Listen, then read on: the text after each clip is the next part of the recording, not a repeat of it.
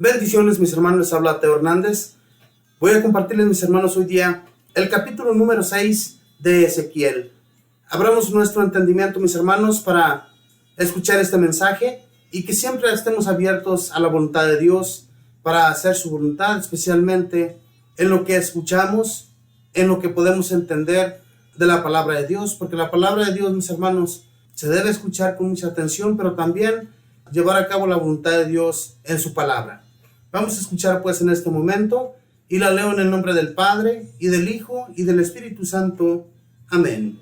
Yahvé me dirigió su palabra: Hijo de hombre, vuelve tu mirada hacia las montañas de Israel y profetiza contra ellas. Dirás: montañas de Israel, escuchen la palabra de Yahvé. Esto dice Yahvé a las montañas y a las colinas, a las quebradas y a los valles: enviaré en su contra la espada, voy a destruir sus altares altos. Sus altares serán derribados, sus altares para el perfume serán rotos. Haré que sus habitantes sean masacrados delante de sus ídolos. Dispersaré sus huesos alrededor de sus altares. Doquiera ustedes habiten, serán devastadas las ciudades y derribados los santuarios altos. Sus altares serán abandonados, sus ídolos rotos, sus altares para el perfume destruidos. Sus habitantes serán masacrados en medio de ustedes y sabrán que yo soy Yahvé. Algunos, sin embargo, escaparán a la espada. Dejaré un resto en medio de las naciones cuando los haya dispersado entre ellas. Los sobrevivientes se acordarán de mí en medio de las naciones en las que yo quiero que sean prisioneros. Romperé su corazón adúltero que se alejó de mí, y sus ojos adúlteros que miraban a los ídolos tendrán vergüenza de sí mismos por todo el mal que hicieron y por los horrores que cometieron. Entonces sabrán que yo soy Yahvé. Esto es lo que dice Yahvé. Aplaude, patalea y di: bien hecho. Cuando ves que la casa de Israel cae por la espada, el hambre y la peste, te acordarás de todas sus inmundas porquerías. El que esté lejos morirá de peste, el que esté cerca caerá por la espada, el sobreviviente morirá de hambre. Mi cólera se descargará hasta el final. Sabrán que yo soy Yahvé cuando los muertos se amontonen al lado de sus ídolos, cerca de sus altares, en todas las colinas elevadas, bajo cualquier árbol verde y bajo cualquier frondosa encina, donde quiera hayan ofrecido a sus porquerías el buen olor del incienso.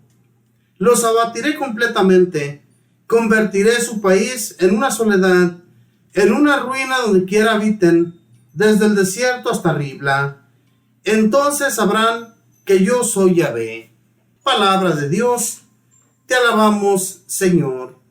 Mis hermanos, las profecías de nuestro Dios hacia Israel, hacia esa nación que, como dice él, una nación asquerosa, una nación que se volvió en los ídolos y abandonó al Dios verdadero. Dios que les había dado todo, Dios que nunca los había abandonado, sino que siempre los había acompañado en todo lo que ellos emprendían. Lo que ellos se decidieron a llevar a cabo, cada que le pedían permiso a Dios, Dios siempre estaba con ellos y nunca los dejaba solos, sino que Él mismo iba a las guerras con ellos. Dios, mis hermanos, quiso tanto a esa nación, que cuando las naciones se decidían a atacar a Israel y Judá, Dios peleaba por ellos.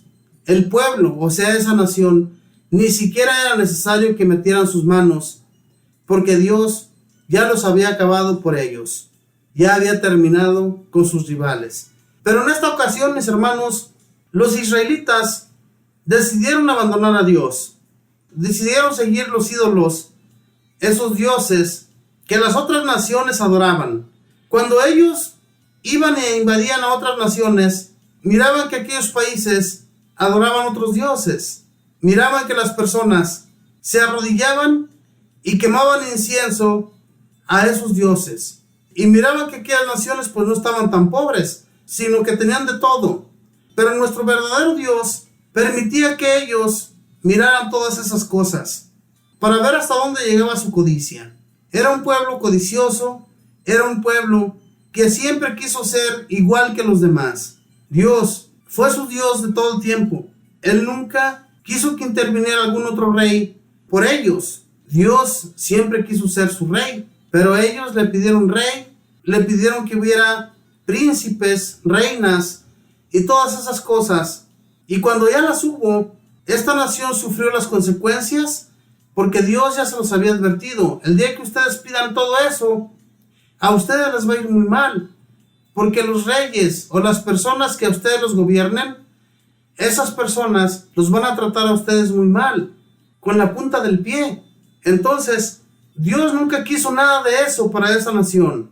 Dios quiso ser su Dios, su rey, su todo. Él no quería que se fijaran en ninguna otra cosa, ni en ningún hombre, o en cualquier apariencia que a ellos les llamara la atención. Dios no quería que ellos se fijaran en nada de ello.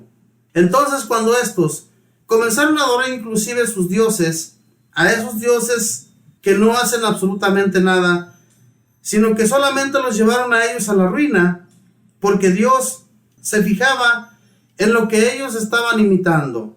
Quisieron imitar en todo a las demás naciones, y Dios, que estaba viendo todas las cosas, los abandonó.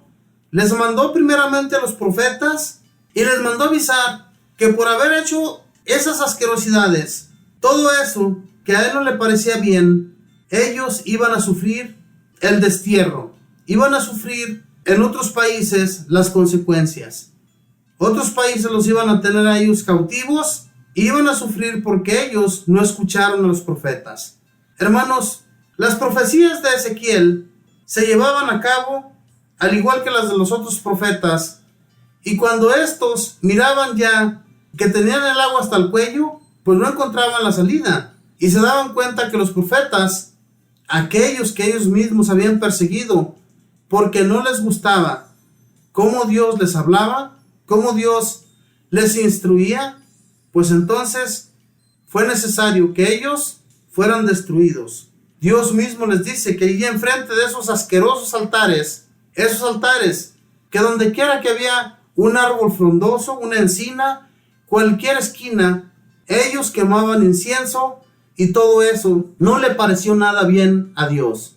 Hermanos, ¿cuántas cosas mal hechas en nuestra vida no hemos cometido en contra de Dios? Muchísimas. Hemos estado muchas veces en contra de nuestro Dios, y aún así Dios, nuestro Señor, nos escucha, está atento a nuestras peticiones, está atento a lo que nosotros hacemos, sea malo o bueno, ahí está viéndolo. Yo lo digo por mí, mis hermanos, porque sabiendo y conociendo de Dios, y yo me imagino que muchos de ustedes también, caemos en el pecado, lo ofendemos continuamente, y a Dios no hay que ofenderle, a Dios hay que amarle. Con nuestros hechos, con nuestras acciones, cuando caemos en el pecado, haga de cuenta que al Señor le estamos bofeteando, le estamos haciendo daño. Haga de cuenta que somos nosotros los que lo golpeamos o los que lo bofeteamos en el momento en que Él fue juzgado para ir a la cruz. Entonces, hermanos, Dios Padre que lo envió, Él sabe que lo que hizo, lo hizo bien, para enseñarnos lo que sería en un futuro. A nosotros se nos está ofreciendo una gloria eterna. En aquel entonces, para el pueblo de Israel, el habitar en Israel y Judá, eso era lo máximo. Para ellos era como una gloria el estar allí en esa tierra que emana leche y miel. Pero en el momento, mis hermanos, que ofendieron a Dios, que le golpearon en la mejilla, haga de cuenta que nosotros también por igual lo hacemos. Le hacemos tanto daño al Señor que ojalá también nosotros no vayamos a sufrir las consecuencias, porque sabemos, hermanos, que Dios es bueno, que Dios nos acompaña, que Él no está nunca dejándonos solos. Entonces, si Él es así, ¿por qué nosotros vamos a actuar de diferente manera en contra de Él? Hagamos un recuento, mis hermanos, de nuestras acciones, que de cómo nos hemos portado ante Dios, para que cambiemos, para que hagamos de cuenta que estas palabras del profeta Ezequiel, que está dándole al pueblo de Israel, haga de cuenta que son para nosotros, que nosotros somos ese pueblo cabeza dura, ese pueblo que no ha querido escuchar las palabras de Dios por el profeta, porque los profetas que estuvieron en aquel tiempo, hagan de cuenta que Jesús vino a hacer lo mismo que los profetas, a anunciarnos la buena nueva, a catequizarnos nuevamente para que no caigamos en las tentaciones, no vayamos a fallarle nunca, porque el día final se llega, y el día final, que no vayamos a entrar en su reino, que no vayamos a encontrarnos con Jesús, nos va a doler muchísimo. Entonces, al igual que ese pueblo que sufrió esas consecuencias, tengamos en cuenta cómo a Dios lo hemos ofendido, para que sepamos pedirle perdón, pedirle que nos dé su gracia, mis hermanos, y orar ante Él, para que siga siendo nuestro guía y ya no caigamos, que seamos ese resto del pueblo de Israel que Dios quiso dejar en aquellas naciones, que seamos ese pueblo, pero que hagamos el bien, que recordemos que lo que pasaba con los profetas, aquellos profetas que fueron pisoteados, fueron encarcelados, golpeados, y a veces muchos de ellos hasta asesinados por su propia gente, por su propio pueblo, pues pensemos más bien las cosas, mis hermanos, y también nosotros no hagamos lo mismo que hicieron ellos con sus profetas, no hagamos lo mismo con Jesús.